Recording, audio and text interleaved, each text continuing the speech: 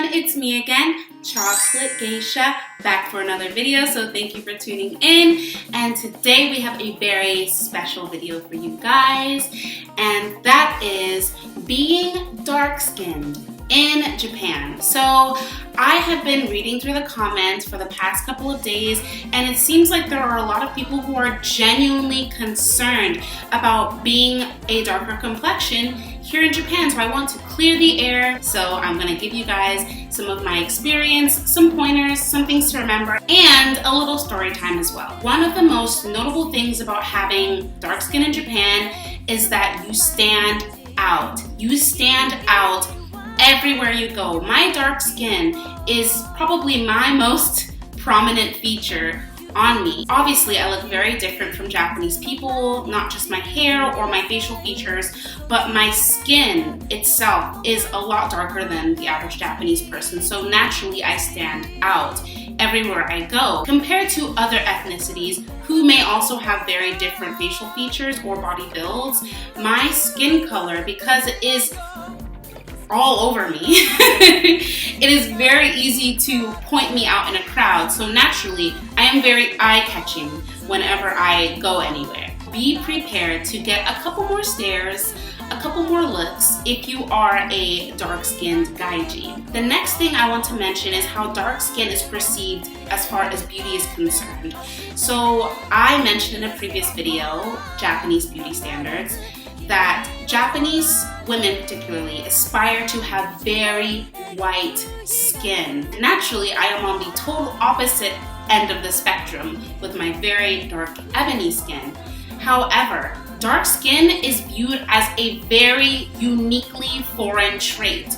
Japanese people are not expecting you to be as white as a sheet if you are an ethnicity that is primarily characterized by dark skin. So don't feel pressure to lighten, brighten, bleach your skin, because here in Japan, it is seen as something that is expected of you if that's what your ethnicity is. You may have a bit more pressure if you are a person of Asian descent, because a lot of Asians are miscategorized as being Japanese. So if they see you as being dark-skinned, you'll be treated a different way. However, for people who look very foreign, like myself, please don't be worried about being considered ugly because of your dark skin, because this is something that is seen as part of our ancestral inheritance, and people are not expecting you to change your phenotype just to fit a beauty standard that we aren't even expected to uphold.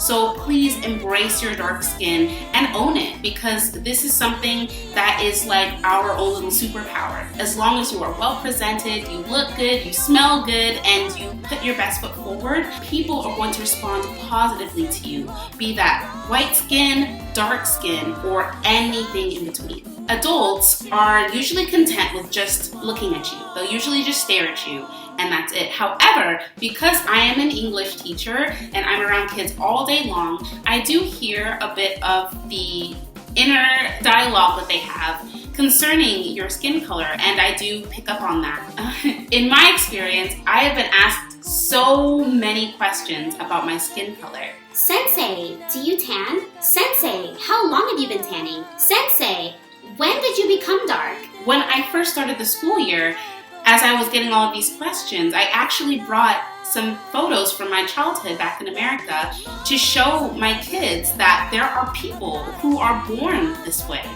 I showed pictures of my birthday parties where all of my cousins and all of my neighbors who also had lots of deeply melanated skin, I showed them these pictures, and the kids were amazed. This is their God-given color. It was really nice for me to show them this part of myself, this part of my life, because being dark-skinned is a part of my identity. I do identify as a dark-skinned person. So showing them that this is who I am and this is how I live, it was really nice being able to bridge that gap. I have also had some of my younger students come up and rub my hands and see if the color comes off. Please don't take it as racist. They're really, really young, and they really can't comprehend that someone can be born like this. It's mind-boggling to them. So I've had kids come up and rub my skin and say, wow, she is black. It takes some time for younger kids to consider this normal, because for their whole lives, all they've known is Japanese people. But having me there, they are introduced to a whole new world and a whole new kind of skin color. And that is groundbreaking. That is earth-shattering for them because they haven't seen anything like this literally in their whole 5, 6, 7 years of life. So it's really, really important to be open and to be willing to show them, because they are victims of their own ignorance. They don't know, especially being that young. It's a different case if it's an adult. You have to handle adults differently. Most adults are very respectful. They are aware that there are different people in the world who look different kinds of ways.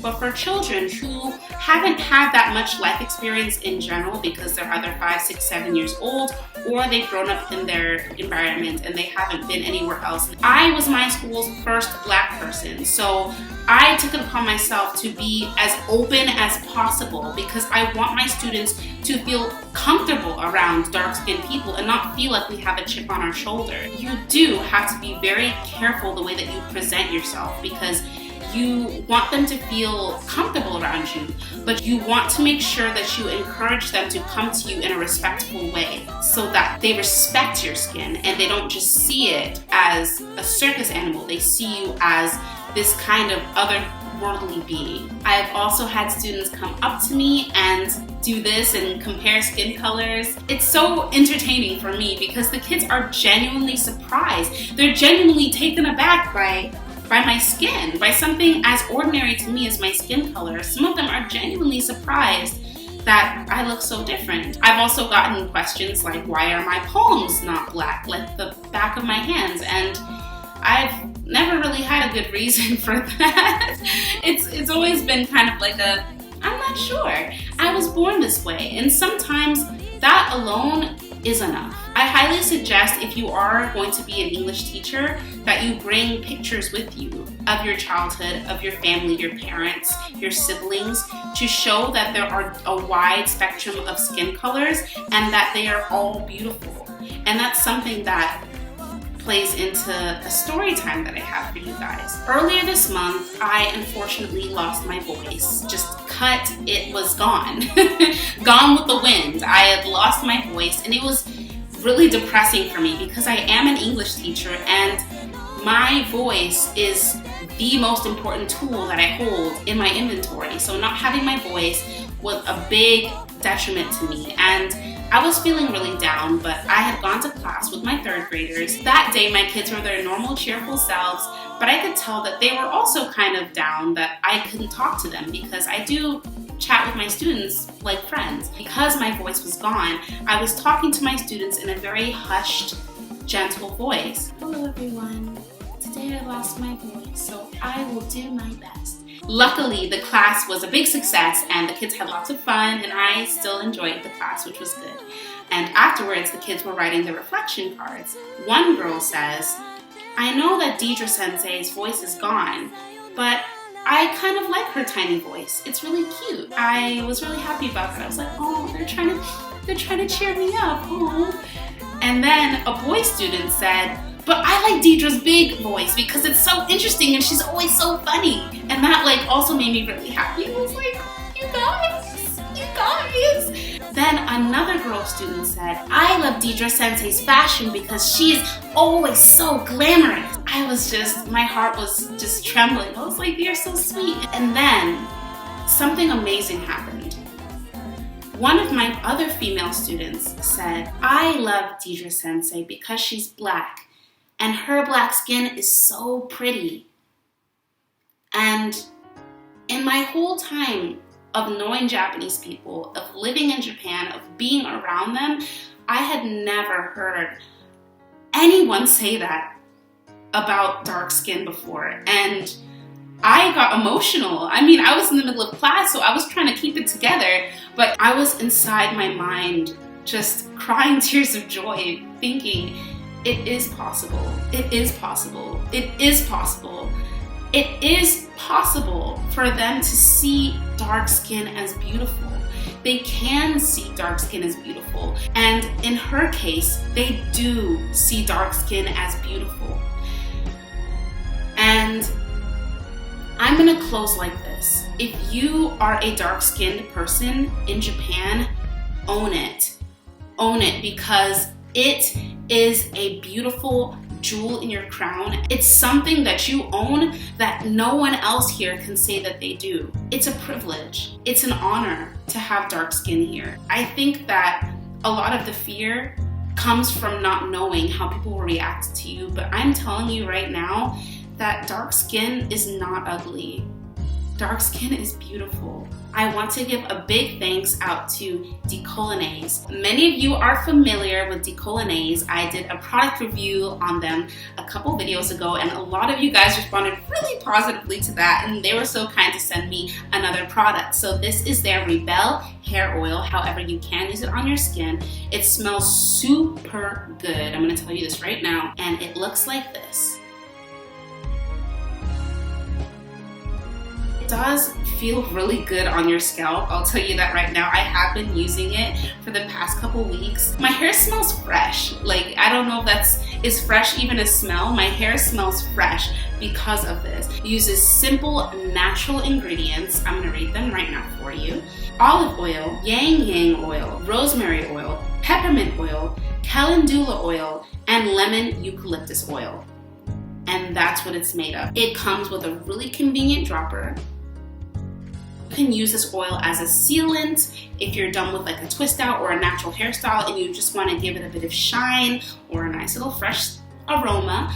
Or if you want to do a hot oil treatment, heat it in a vat of hot boiling water for a couple seconds and just massage your scalp. It spreads very easily and it smells really good. So if you guys are interested, please go to DeColonaise.com and order this. And they were so kind this time to give me a coupon code for you guys. So today I have a discount code for you guys, and that is going to be all caps, Deidre 10%. 10. So if you use Deidre 10% 10 at your checkout, they will give you 10% off on me.